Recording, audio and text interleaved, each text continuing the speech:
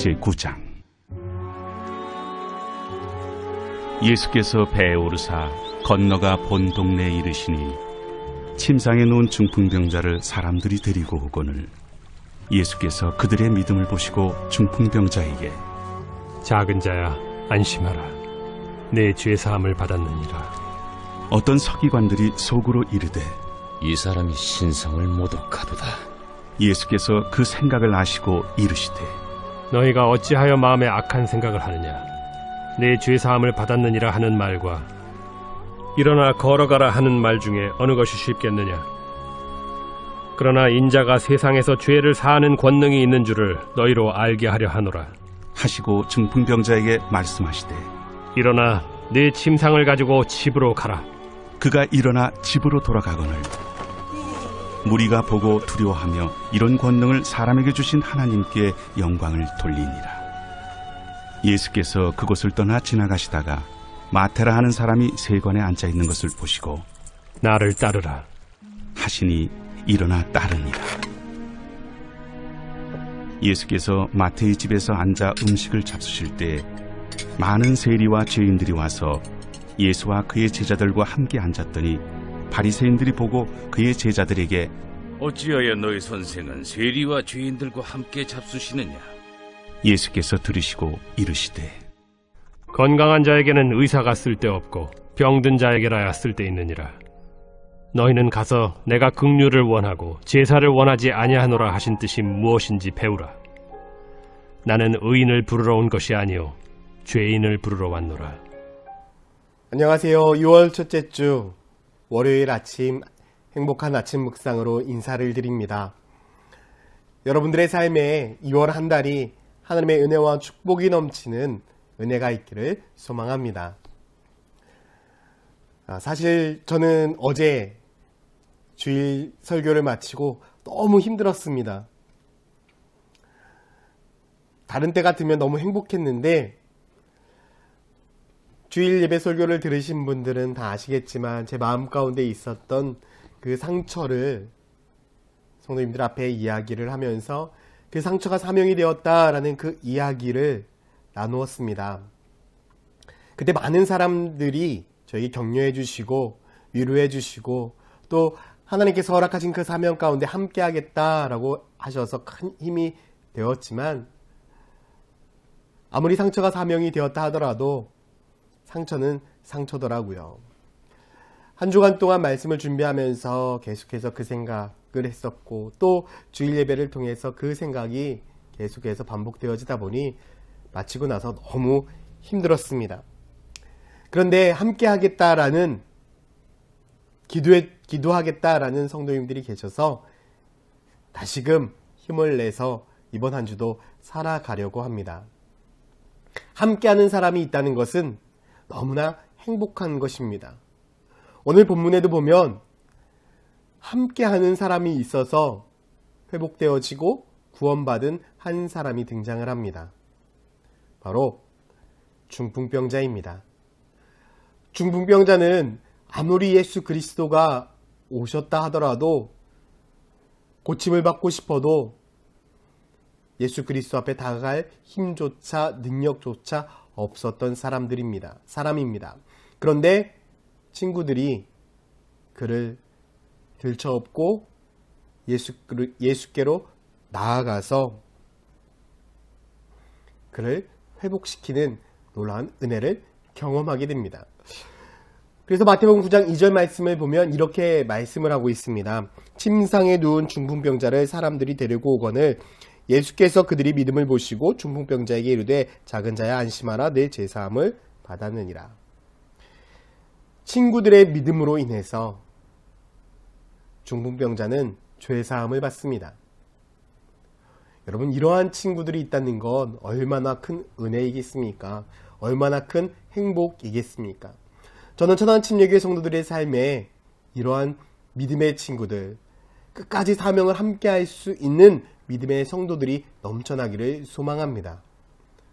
그런데 이런 사람들이 있는 반면에 예수 그리스도의 이러한 모습을 보고 다른 마음을 품는 사람들이 있었습니다. 바로 서기관들입니다.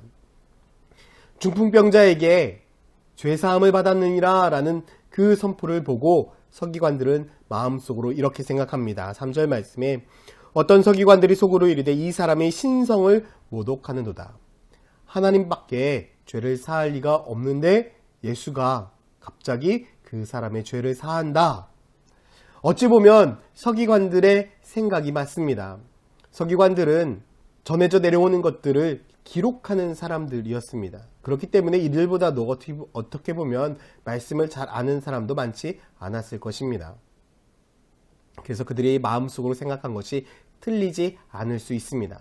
그런데 예수님은 그들의 생각에 대해서 이렇게 말씀을 합니다. 4절에 예수께서 그 생각을 아시고 이르시되 너희가 어찌하여 마음에 악한 생각을 하느냐. 그들은 예수 그리스도께서 행하신 그 일들을 잘못된 일이라고 그렇게 생각했었고 그들은 예수 그리스도의 삶을 스스로 판단하려 했습니다. 예수님께서는 이들의 마음을 아셔서 올바른 가르침을 주고 있습니다. 너희가 생각할 때에 죄를 사하는 것이 쉽겠느냐 아니면 일어나 걸으라고 하는 것이 쉽겠느냐. 당연히 서기관들은 눈에 보이는 것을 확인하고 싶었을 것입니다. 그래서 예수님은 중풍병자를 고치셔서 자기의 침상을 들고 나가게 하시죠. 결국 이 서기관들은 놀라운 사건을 목도하면서 하나님 앞에 이렇게 고백을 하고 있습니다. 무리가 보고 두려워하며 이런 권능을 사람에게 주신 하나님께 영광을 돌리니라. 서기관들은 지식으로만 하나님을 접했던 사람들입니다. 그러나 예수 그리스도의 그 능력을 보고 하나님을 경험하고 하나님 앞에 영광을 돌리는 모습을 보이게 됩니다. 예수님은 놀라운 권능을 가지신 분입니다. 이뿐이 아니었습니다. 예수님은 이 사건 이후 또 세리였던 마태를 만나서 그를 제자로 삼습니다. 그러자 이 모습을 본 바리새인들이 예수님의 제자들에게 이렇게 말합니다. 바리새인들이 보고 그의 제자들에게 이르되 어찌하여 너희 선생은 세리와 죄인들과 함께 잡수시느냐. 율법에 어긋난다라는 거죠. 그런데 주님은 그들에게 알려주고 싶은 것이 있습니다. 주님이 이 땅 가운데 오신 이유가 무엇이냐? 그것은 건강한 사람을 위한 것이 아니라 병들고 연약하고 죄인된 우리를 위해 이 땅에 오셨다라는 것입니다. 앞에 중풍병자와 함께했던 친구, 그리고 뒤의 말씀에 죄인들과 함께했던 죄인들의 친구인 예수 그리스도. 주님은 연약하고 부족한 우리를 위해 이 땅에 오셨습니다. 주님은 어떠한 상황에서도 우리의 친구가 되시고 우리를 붙드실 것이라고 분명히 말씀하고 있습니다. 그리고 친구들의 믿음으로 인해서 중풍병자의 죄가 회복되었던 것처럼 예수 그리스도의 그 사랑으로 인해서 우리 또한 죄 사함을 얻을 수 있습니다. 누구와 함께 하느냐? 그것이 정말 중요합니다. 오늘 2월 한 달 동안 여러분들의 삶에 예수 그리스도와 함께하는 그러한 믿음의 성도가 되기를 소망합니다. 오늘 이 시간 주님과 함께하기로 성령에 이끌리는 삶을 살도록 지금 결단하는 저와 여러분들이 되기를 예수님의 이름으로 축원드립니다. 기도하겠습니다. 사랑과 은혜가 많으신 아버지 하나님 너무나 감사합니다. 죄인인 우리와 늘 함께 하시겠다라고 약속하시고 우리를 붙드시고 우리와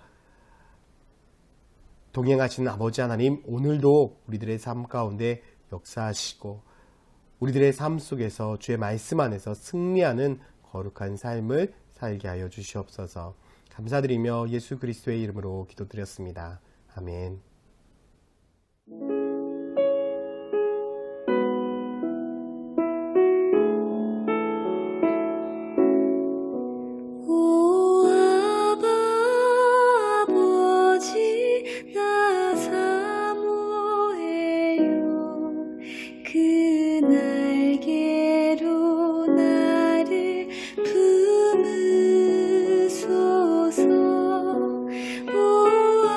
아버지 계세